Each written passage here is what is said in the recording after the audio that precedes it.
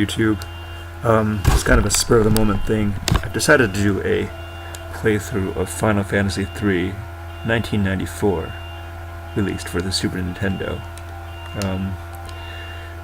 I guess it's not going to be any distinguished. This replay is not going to be distinguished by any sort of gameplay decision or how fast I go through the game or anything like that. It's just going to be a kind of commentary, I guess, but not a sarcastic one. A reflective commentary, like a Dear Diary type of thing. Hopefully it'll be interesting. Hopefully I'll have not only something to say about the game, but also I'll be able to discover something about it. It's been a while since I played this. 10 years or so, probably more. It was spur of the moment, but this opening's actually kind of cool. The music is pretty good.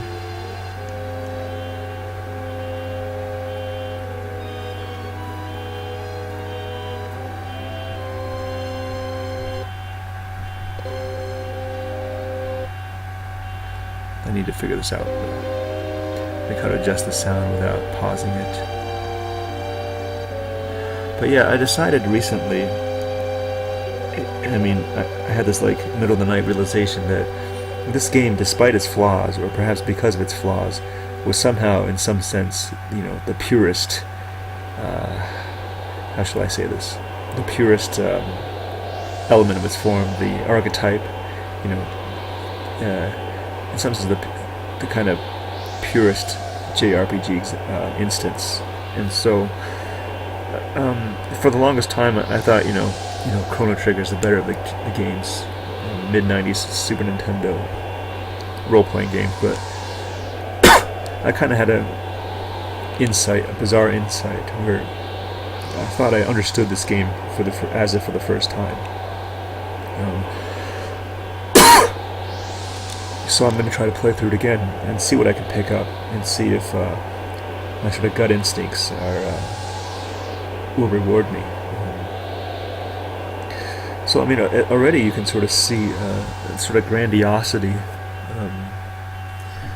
of what this game is positioning itself as.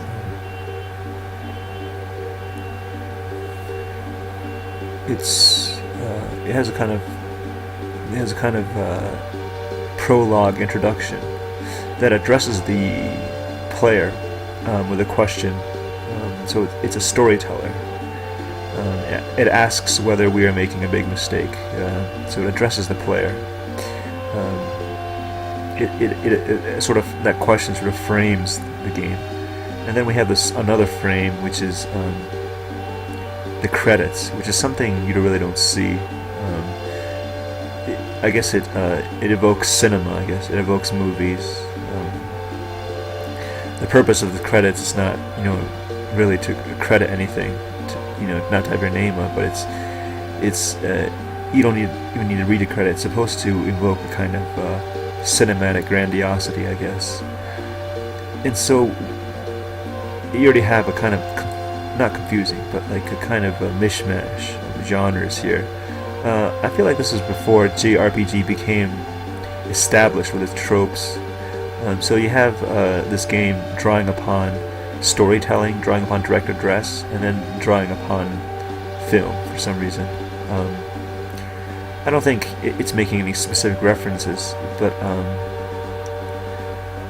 it is, it's not saying I want to be film, but it's making, it's alluding to these things to sort of position itself, and the most obvious, most explicit positioning is opera. I know absolutely nothing about opera, but I don't want to be too harsh on the Japanese. I think it's good that I wouldn't call it appropriation or misunderstanding, but I think just the way the prologue is established.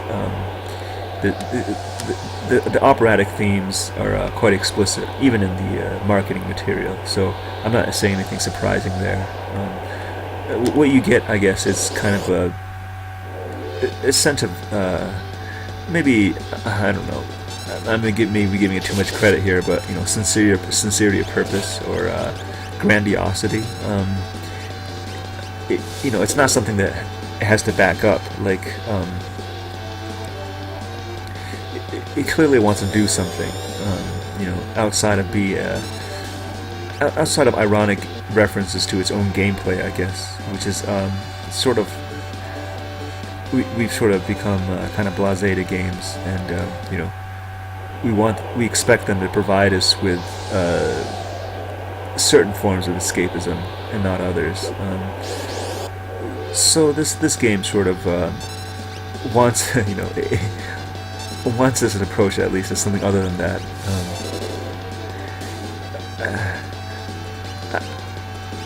I don't want to, like, even the way the characters are drawn, not the characters, but the monster, that wolf, the way the wolf is drawn, it's a still image, but it's shaded. It resembles a painting, right?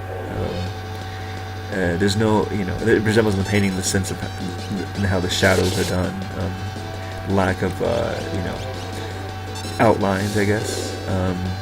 So yeah, I mean, even that speaks to a kind of grandiosity of purpose, I guess. You can't deliver unless you promise something, I guess. I don't want to. I mean,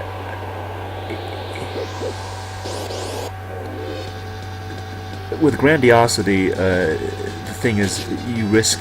I wouldn't even call it a risk, but you risk being foreign to yourself, right? Like you produce something that is sort of alien, even to you. I mean,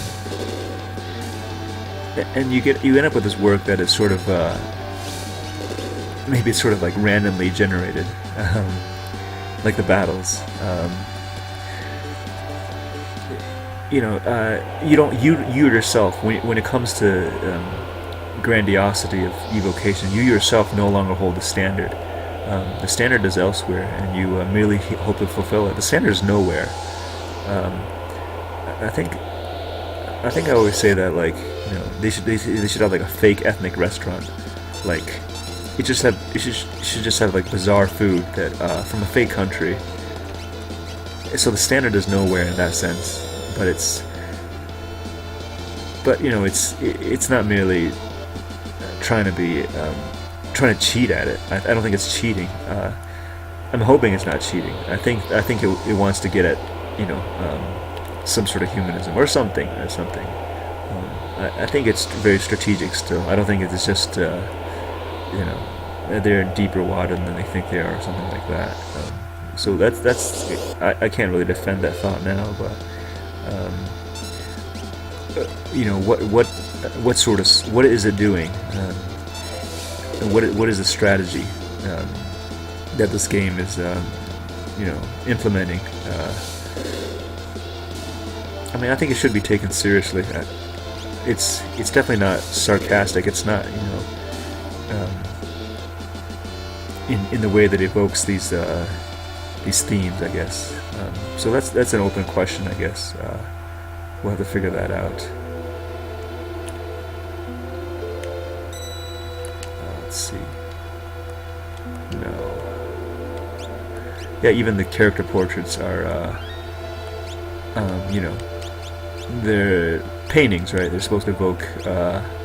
They're not, This is before anime ruined everything.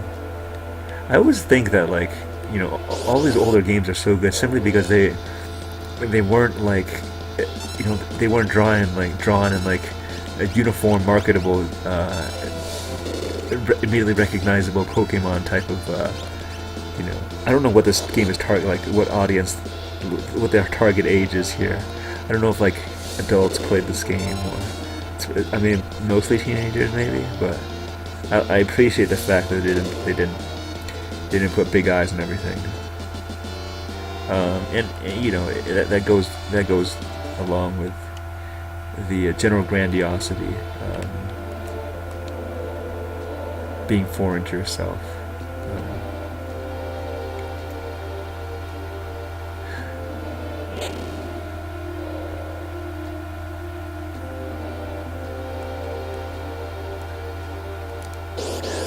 I really don't know what a whelk is. I mean, is it a snail? It's like a sea snail. I like the background too. I mean, it's very bizarre. It's very. I mean, it's not real perspective, but it's just very. Iconic. I don't know what the word is. I mean, it seems intentional, like the way that I don't think it's just simply an error of perspective. Is it supposed to evoke a painting like everything else here? I mean, is it a loom? Like, what's going on here?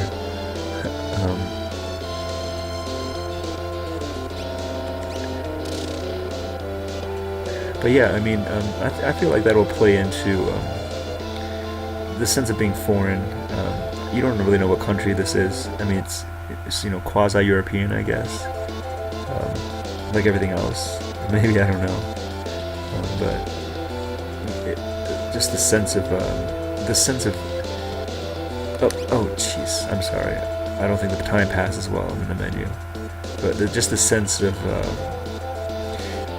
allowing the characters sort of to develop themselves. This is different from roguelikes or from games where European board games, the idea there is for the story to. I'm just waiting for this guy to come out of the shell. Yeah, the idea there is you draw cards that are random, and the random cards create the story. But that's also highly structured and expected. So there's an utter lack of randomness. This is a very linear game with actually very few strategic decisions. But the evocation, or the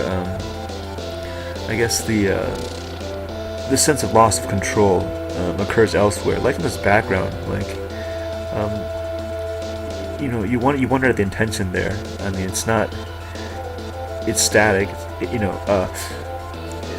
Let me simply put, there's not a lot of character development in this game, as we shall see, and if I remember correctly. But the character development always occurs in absence. It occurs, in the mind of the viewer, certainly, but it doesn't occur randomly, like we've come to expect these games to. Dungeons and Dragons is based on the idea that you go on the quest and you don't really know what's going to happen next. So you sort of let things feel real in that way. But that's not what this is doing either, right? It's not.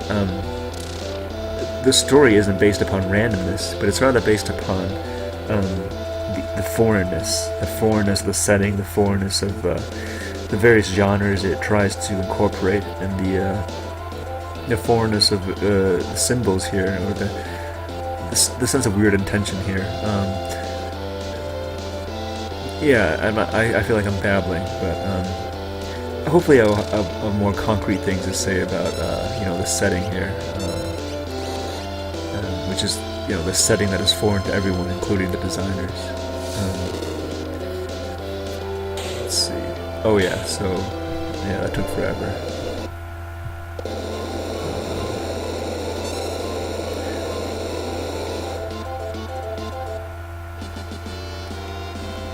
Potion. Yeah, I mean the standard the standard recurring themes, I guess. I don't know what you even call it, themes. Final Fantasy are obviously still here. I mean that's another thing too. It's like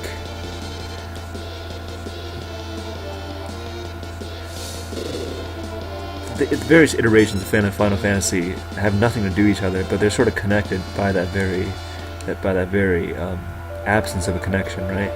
Like the sense of parallel universes, or the sense of the divergence of fates, personalities, etc. That in the end really emphasize a kind of underlying humanism. I'm not a huge fan of humanism, but repeating without connection is sort of like walking down all the branches of the tree of fate only serves to emphasize the constant, which is humanism. Humanism themes are heavy here.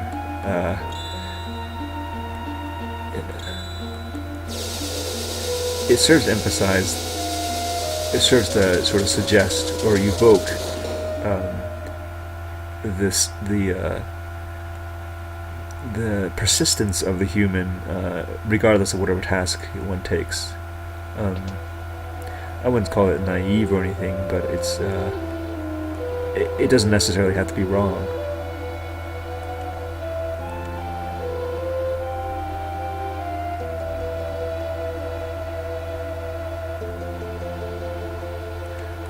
So this is sort of like the aftermath. Something happened. Suddenly, the main character winds up in bed. She's just wearing something bizarre.